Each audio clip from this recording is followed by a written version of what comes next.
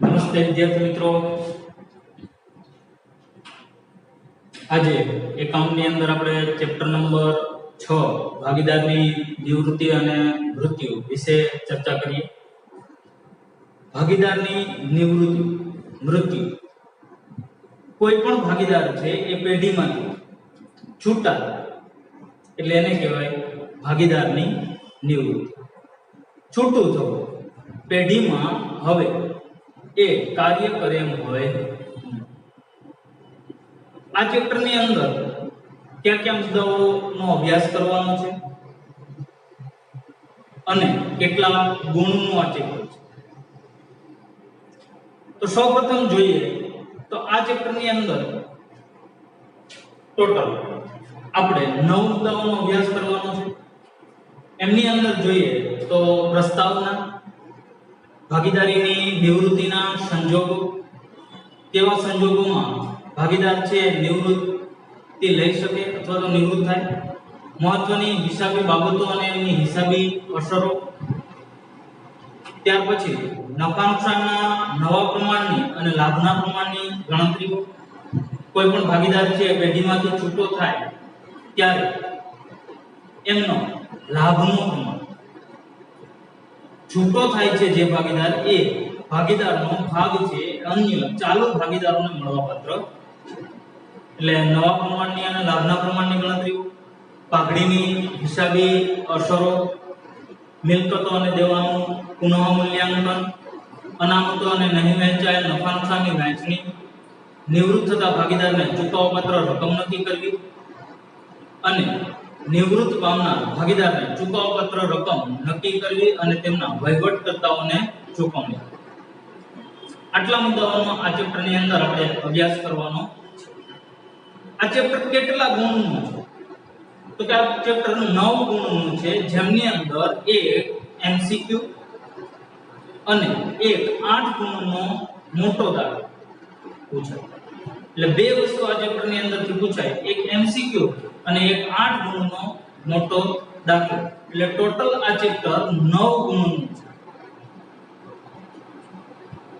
શરૂઆત કરીએ તો સૌપ્રથમ પહેલો મુદ્દો પ્રસ્તાવના. શું કહે છે પ્રસ્તાવના? તો કે ભાગીદારનું નિવૃત્ત થવું એટલે પેઢીના ભાગીદાર તરીકે છૂટવું. નિવૃત્ત થવું એટલે શું? તો કે ભાગીદારમાંથી છૂટવું. ભારતીય ભાગીદારી કાયદો 1932 અનુસાર કોઈ પણ ભાગીદાર છે એ કોઈ પણ કારણસર પેઢીમાંથી છૂટો થાય અથવા તો એમનું મૃત્યુ થાય તો એમની ભાગીદારીનો અંત આવે છે. કોઈ પણ ભાગીદાર છે એ ગમે ત્યારે પેઢીમાંથી છૂટો થાય અથવા એમનું મૃત્યુ ત્યારે એમની ભાગીદારીનો અંત આવે. કોઈ પણ ભાગીદારનું મૃત્યુ થાય એટલે એમની ભાગીદારીનો અંત આવે છે. એમના વારસદારને પેઢીમાં ભાગીદાર તરીકે સમાવવામાં આવતો નથી કાયદેસર. ભલે આપણે ક્યારેક જોતા હોય ત્યારે એવું લાગે કે ભાઈ કોઈ વ્યક્તિનું મૃત્યુ થયું તેમના વારસદારને એમની જગ્યાએ સમાવેશ કરવામાં આવે, પણ કાયદાકીય બાબતો અનુસાર જે ભાગીદારનું મૃત્યુ થાય છે એમને નિવૃત્તિ આપવામાં આવે છે, છૂટો કરવામાં આવે અને ત્યાર પછી એમના વારસદારને નવા ભાગીદાર તરીકે પ્રવેશ આપી શકે. પરંતુ પેઢીનું વિસર્જન થતું નથી. બાકીના ચાલુ રહેતા ભાગીદારો પેઢી અને તેમનો ધંધો ચાલુ રાખી શકે છે. આ માટે પેઢીના ચોપડે ભાગીદારની નિવૃત્તિની હિસાબી અસર આપવી જરૂરી છે. કોઈ પણ ભાગીદાર પેઢીમાંથી છૂટો થાય અથવા તો એમનું મૃત્યુ થાય ત્યારે બાકીના ભાગીદારો છે એ ધંધો ચાલુ રાખે. પેઢી બંધ થતી નથી, પેઢીનું વિસર્જન કરવામાં આવતું નથી. પેઢી બંધ નથી થતી, પેઢીનું વિસર્જન પણ કરવામાં નથી આવતું. એટલે અન્ય ભાગીદારો છે ધંધો ચાલુ રાખે છે અને આના માટે હિસાબી અસરો આપવી જરૂરી બને છે. કેવા સંજોગોમાં ભાગીદાર નિવૃત્ત થઈ શકે? બીજો મુદ્દો છે ભાગીદારની નિવૃત્તિના સંજોગો. ક્યાં ક્યાં સંજોગોની અંદર છે કે ભાગીદાર છે એ નિવૃત્ત થઈ શકે? ભાગીદારની નિવૃત્તિના સંજોગોને બે ભાગમાં વહેંચી શકાય છે. એક છે એ ભારતીય ભાગીદારી ધારા અનુસાર અને બીજું છે એ ભાગીદારની અંગત કારણોસર સ્વૈચ્છિક નિવૃત્તિ.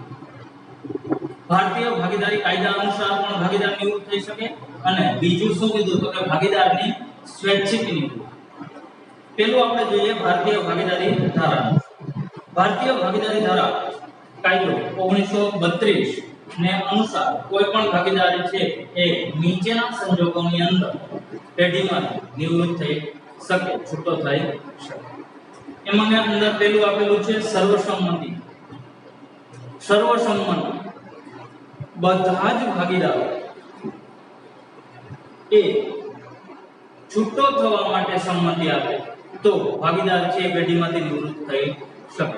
કોઈ પણ ભાગીદાર છે પેઢીમાંથી છૂટો થવા માટે બધા જ ભાગીદારોની સંમતિ હોવી જરૂરી છે.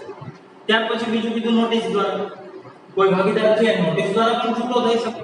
નોટિસ દ્વારા કેવી રીતે છૂટો થાય તો કે ભાગીદાર તેની પેઢીના અન્ય ભાગીદારોને નિવૃત્ત થવાના તેના ઈરાદાની લેખિત નોટિસ આપી અને પેઢીમાંથી છૂટો થવાનો અધિકાર ધરાવે છે. કોઈ ભાગીદાર છે પોતાનો ઈરાદો છે મારે પેઢીની અંદર રહેવું નથી, હવે મારે પેઢીમાંથી છૂટું થવું છે, તો મારો આ ઈરાદો છે એમ હું અન્ય ભાગીદારોને લેખિત નોટિસ દ્વારા જાણ કરું તો હું પણ પેઢીમાંથી છૂટો થઈ શકું. ત્રીજું કીધું છે કરાર. ભાગીદારી કરારની શરતો અનુસાર ભાગીદાર છે નિવૃત્ત થઈ શકે. જ્યારે પેઢીની સ્થાપના કરવામાં આવેલી હોય ત્યારે ભાગીદારોનો કરાર કરેલો હોય અને આ કરાર અનુસાર ભાગીદાર છે એ પેઢીમાંથી છૂટો થઈ શકે. પહેલા ચેપ્ટરની અંદર આવે છે ભાગીદારી કરારનામું. આ કરારનામાની અંદર જો નિવૃત્તિનો ઉલ્લેખ હોય તો એની શરતોને અનુસરી ભાગીદાર છે એ છૂટો થઈ શકે. આગળ જોઈએ ભાગીદારની નાદારી. કોઈ પણ ભાગીદાર નાદાર જાહેર થાય ત્યારે નાદારીની તારીખથી જ એમની ભાગીદારીનો અંત આવે છે. કોઈ ભાગીદાર છે એ નાદાર જાહેર થાય તો એ કાયદાકીય રીતે ધંધો ચલાવી શકતો નથી. એમને નિવૃત્તિ આપવામાં આવે. નાદાર વ્યક્તિ છે ધંધો ચલાવી શકે નહીં એટલે એમને નિવૃત્ત જાહેર કરવામાં આવે છે. અન્ય ભાગીદારો દ્વારા છૂટો કરવામાં આવે. કોઈ ભાગીદાર છે અને અન્ય ભાગીદારો દ્વારા છૂટો કરી દેવામાં આની જરૂર નથી અથવા તો યોગ્ય કામ કરતો નથી. ભારતીય કરારમાં ભાગીદારી કરારમાં જોગવાઈને આધીન કોઈ પણ ભાગીદાર છે અન્ય ભાગીદારો કરારની જોગવાઈ અનુસાર છૂટો કરી શકે. કોઈ પણ ભાગીદારને અન્ય ભાગીદારો કરારની જોગવાઈ અનુસાર છૂટો કરી શકે. આ જ્યાં ભારતીય ભાગીદારી કાયદા અનુસાર. હવે ભાગીદારના અંગત કારણોસર સ્વૈચ્છિક નિવૃત્તિ. ભાગીદારોના અંગત કારણોસર કોઈ ભાગીદાર છે પોતાના અંગત કારણોસર પેઢીમાંથી સ્વૈચ્છિક નિવૃત્તિ જાહેર કરે. કોઈ ભાગીદાર પોતાના અંગત કારણોસર નિવૃત્ત થવાનો નિર્ણય કરી શકે છે, સ્વતંત્ર છે ભાગીદાર. સક્રિય ભાગીદારે જાહેર નોટિસ દ્વારા તેની નિવૃત્તિ અંગેની જાહેરાત કરવી ફરજિયાત. આ પ્રશ્ન એક અગત્યનો છે. એક ની અંદર ઘણી વખત પૂછાય છે. સક્રિય ભાગીદારે નિવૃત્તિ અંગેની જાહેરાત જાહેર નોટિસ દ્વારા કરવી ફરજિયાત છે. શા માટે? કોઈ પણ ભાગીદાર છે તો એમને સક્રિય હોય. સક્રિય એટલે તો કે ધંધાનું લેવડ દેવડ કરતો હોય, કામકાજ કરતો હોય, મેનેજમેન્ટ કરતો હોય, આવા ભાગીદાર એ જો નિવૃત્ત થવું હોય, નિવૃત્ત થાય તો એમની જાહેર નોટિસ દ્વારા જાણ કરવી ફરજિયાત છે. શા માટે? તો કે નહીંતર તેની નિવૃત્તિ પછીની પ્રવૃત્તિઓ દ્વારા ઉપસ્થિત થતી ત્રાહિત પક્ષ પરત્વેની જવાબદારી માટે તે જવાબદાર બને છે. નિવૃત્ત થઈ ગયા પછી જો પેઢીમાંથી કોઈ ત્રાહિત પક્ષ પરત્વેની જવાબદારીઓ ઊભી થાય તેના માટે છે એ સક્રિય ભાગીદાર જવાબદાર બને. જો જાહેર નોટિસ દ્વારા નિવૃત્તિ અંગેની જાહેરાત કરેલી હોય તો નિવૃત્તિ પછી જે કાંઈ ત્રાહિત પક્ષ પરત્વેની જવાબદારીઓ ઊભી થાય છે એમાં એમનો કોઈ હક હિસ્સો હોતો નથી. એમના માટે જવાબદાર રહેતો. પણ જો એને નોટિસ ન આપેલી હોય અને નિવૃત્ત થાય તો નિવૃત્ત પછીની જે જવાબદારીઓ છે ઊભી થાય ત્રાહિત પક્ષની એમાં પણ એ જવાબદાર બને છે. ત્યાર પછીનો મુદ્દો જોઈએ તો મહત્વની હિસાબી અસર. ભાગીદાર છે એ પેઢીમાંથી નિવૃત્ત થાય છે ત્યારે કેવી કેવી હિસાબી અસરો આપવાની જરૂરિયાત ઊભી થાય.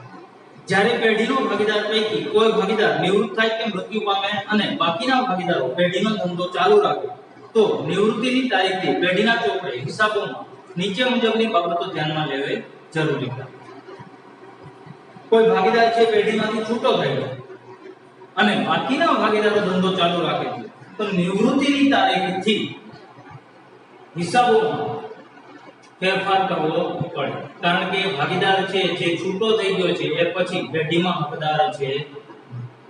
તેના માટે કેવી હિસાબી અસરો ઉપસ્થિત થાય તેમની અંદર પહેલું જોઈએ તો નફા નુકસાનના નવા પ્રમાણની અને ચાલુ રહેતા ભાગીદારોને મળતા લાભના પ્રમાણની ગણતરી. કોઈ એક ભાગીદાર છે પેઢીમાંથી છૂટો થાય છે એટલે બાકીના જે ભાગીદારો વધે છે એમના નવા પ્રમાણની ગણતરી કરવી અને એમને મળતા લાભના પ્રમાણની ગણતરી કરવી. જે ભાગીદાર નિવૃત્ત થાય છે એમનો ભાગ છે એ ચાલુ રહેતા ભાગીદારોને મળવાપાત્ર છે એટલે એમની પણ ગણતરી કરવી જરૂરી બને. નફા નુકસાનના નવા પ્રમાણની અને લાભના પ્રમાણની જ્યારે ગણતરીઓ કરવામાં આવે ત્યારે અલગ અલગ રીતે તમને માહિતીઓ આપવામાં આવે છે. ઘણી વખત એવું બને કે જ્યારે લાભનું પ્રમાણ કે લાભનો ભાગ આપેલ ન હોય અને ફક્ત જૂનું પ્રમાણ જ આપેલ, ફક્ત ને ફક્ત જૂનું પ્રમાણ આપેલું હોય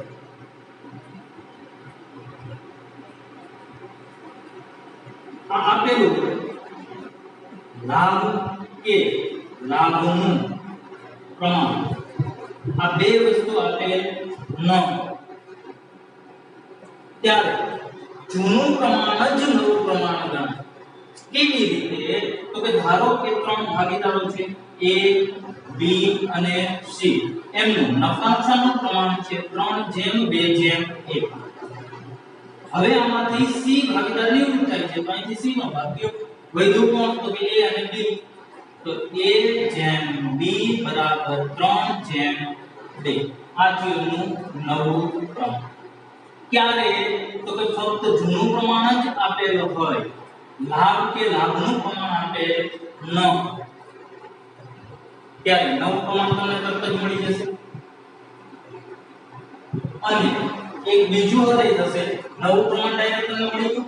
આવી જ રીતે લાભનું પ્રમાણ એ જૂનું પ્રમાણ જ હશે. નવું પ્રમાણ એ 3/2 ગણાશે, લાભનું પ્રમાણ એ 3/2 ગણાશે. આ જૂનું પ્રમાણ જે છે ને એ જ અહીંયા લેવામાં આવે.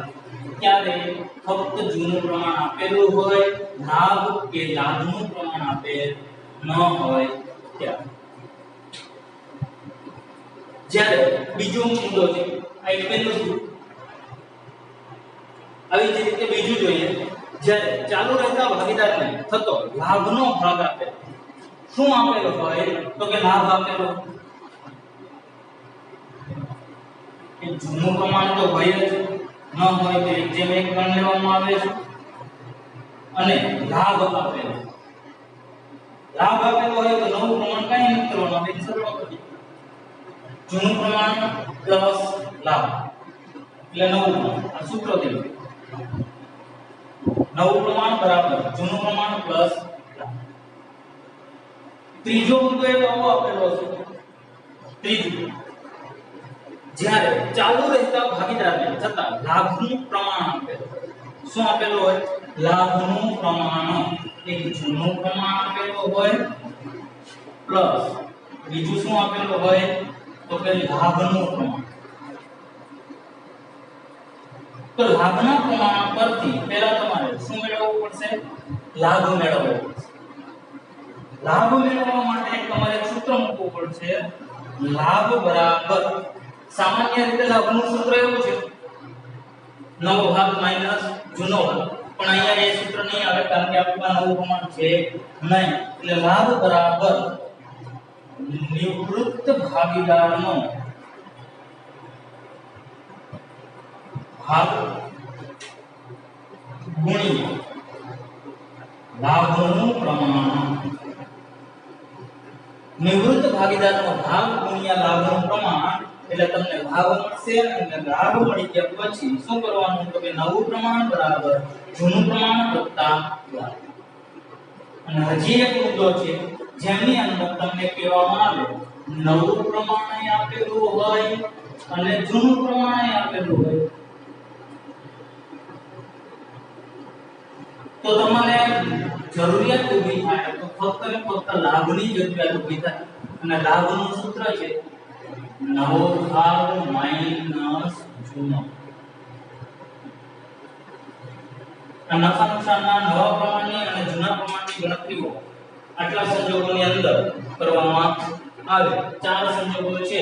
જૂનું પ્રમાણ જ ખાલી આપેલું હોય તો એ જૂનું પ્રમાણ ગણાશે, લાભનું પ્રમાણ એ જ ગણાશે. લાભ આપેલો હોય તો જૂના પ્રમાણમાં લાભ પ્લસ કરવામાં આવશે, લાભનું પ્રમાણ આપેલું હોય તો એના પરથી લાભ શોધવામાં આવશે અને પછી જૂના પ્રમાણમાં પ્લસ થશે. જૂનું પ્રમાણ અને નવું પ્રમાણ આપેલું હોય તો લાભનું સૂત્ર નવો ભાગ માઈનસ જૂનો. તો છે પાઘડીની રકમ નક્કી કરવી અને તેની જરૂરી હિસાબી અસરો. પાઘડીની રકમ નક્કી કરવી અને એની જરૂરી હિસાબી અસરો આપવી. તો સામાન્ય રીતે પાઘડીની રકમ નક્કી કરવા માટે શું કરવું અને એની હિસાબી અસરો કેવી રીતે આપવી. કોઈ ભાગીદાર છે એ પેઢીમાંથી નિવૃત્તિ થાય અથવા તો મૃત્યુ થાય ત્યારે એમનો નફાનો ભાગ છે અન્ય ભાગીદારોને આપવામાં આવે. જેના વળતર રૂપે નિવૃત્ત થતા ભાગીદારને કે મૃત્યુ પામનાર ભાગીદારને તેના ભાગની પાઘડીની રકમ છે એ બાકીના ભાગીદારો દ્વારા આપવામાં આવે. આપણે કેમ પ્રવેશ વખતે શું કરતા હતા, નવો ભાગીદાર પાઘડી તરીકે રોકડા લાવતો તો નિવૃત્તિ વખતે નિવૃત્ત ભાગીદારને અન્ય ભાગીદારો છે એ પાઘડી પેટે રકમ ચૂકવે. એટલે પેઢીમાંથી જે નિવૃત્ત ભાગીદાર છે એમના ભાગની પાઘડીની રકમ છે એ અન્ય ભાગીદારો ચૂકવશે અને એ પણ લાભના પ્રમાણમાં ચૂકવે. હિસાબી ધોરણ 26 અનુસાર જૂની પાઘડી હિસાબી ચોપડે દર્શાવી શકાય નહીં. એટલે બે વસ્તુ થશે. જો જૂની પાઘડી હોય તો આને ભાગીદારો વચ્ચે માંડી પાડવી.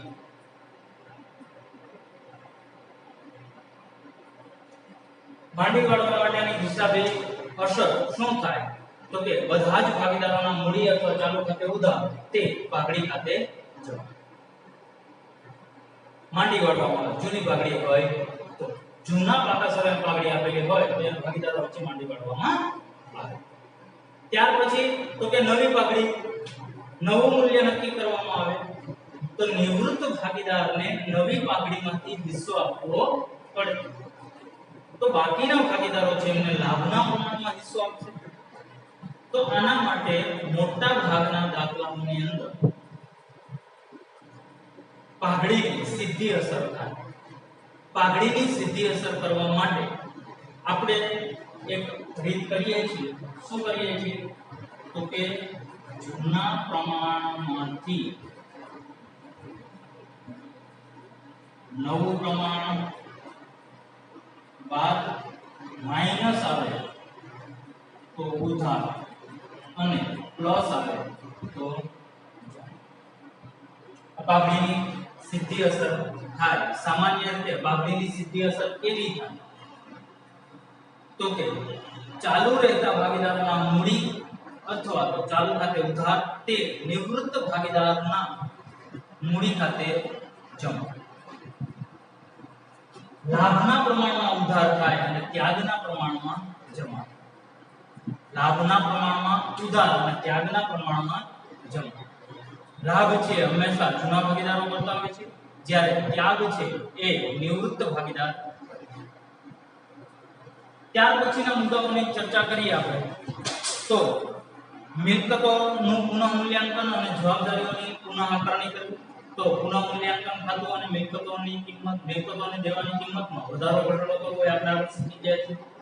એકત્રિત થયેલ અનામતો અને નહીં વહેંચાય નફા નુકસાન બાકીઓની વહેંચણી કરવી તો એ પણ આપણે આગળ આવી ગયેલું છે.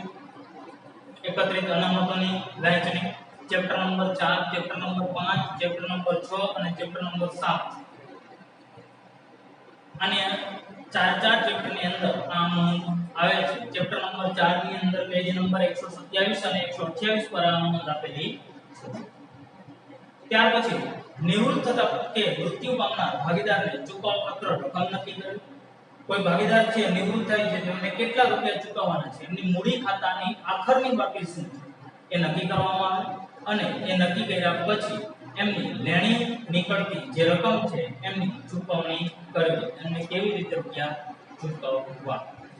જો પેઢી પાસે હોય તો એમને રોકડા ચૂકવી દેવામાં આવે છે અને જો ન હોય તો નિવૃત્ત થતા ભાગીદારની લોન તરીકે રાખવામાં આવે છે અને કોઈ ભાગીદારનું મૃત્યુ થયું હોય તો એમના વહીવટકર્તાની લોન તરીકે પેઢીમાં ચાલુ રાખવામાં આવે છે, જેના પર વાર્ષિક 6% વ્યાજ ચૂકવવામાં આવે. જો વ્યાજનો દર નક્કી કરવામાં આવેલો ન હોય તો જો વ્યાજનો દર લોન કરતી વખતે નક્કી કરવામાં આવે તો એ મુજબ વ્યાજ ચૂકવવાનું રહેશે. હવે પછી આપણે આગળના લેક્ચર્સની અંદર મોટા દાખલાઓ વિશે ચર્ચા કરીશું. Thank you.